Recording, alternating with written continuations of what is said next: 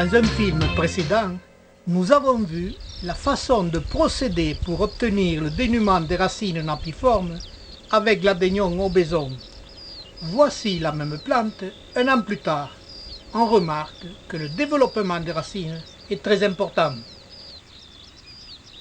On avait vu aussi 3 boutures de cette plante qui commençaient leur développement des racines napiformes. Voici ces mêmes plantes un an après. Même remarque, développement rapide. Donc, cette multiplication par bouturage est très valable, mais elle pose de nombreux problèmes.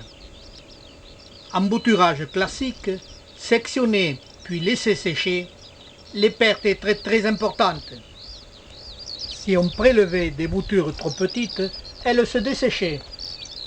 Pour les boutures de tiges plus importantes, avec des réserves suffisantes, capables de résister à de longues périodes de séchage, ce genre de bouture est très long à obtenir. Et quand même, par la suite, comme ces plantes sont lignifiées, ces boutures pourrissaient souvent. Lassé de ces problèmes, un jour, je trouvai une idée qui me donnait presque 100% de réussite, même avec des boutures de petit diamètre. Voici comment je procède. Je sectionne des tiges d'environ 10 cm de long et de 7 à 8 mm de diamètre. Puis, avec du mastic d'arboriculteur pour le greffage des arbres, j'enduis avec ce mastic la section des tiges 24 heures après leur récolte. Puis, je laisse sécher 8 à 15 jours avant de les mettre en pot.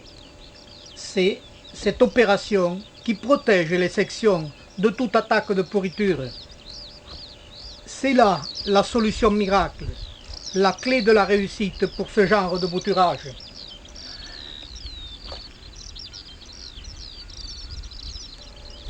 Les boutures ainsi traitées seront mises en pot, puis arrosées normalement comme une plante adulte. Au début, elles vont perdre leurs feuilles. 1 à 2 mois après avoir perdu leurs feuilles, la reprise interviendra. Cette reprise, qui s'effectue sans problème, n'est pas le seul avantage, ils sont multiples. On obtient, 2 ans après, des racines importantes, comme vous les avez vues sur les 3 premières boutures du début du film. Mais surtout, une floraison immédiate avec ses boutons au bout des tiges. Avec le semis, on obtient un petit codex avant les racines, mais il faut attendre 5 à 6 ans avant la floraison. Là, un semis de 8 mois et un semis de 2 ans.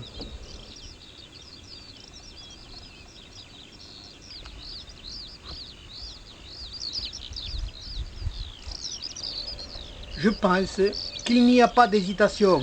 La multiplication par bouturage est très valable. En voyant cette plante obtenue par bouturage et âgée de 8 ans, on ne peut qu'en être convaincu.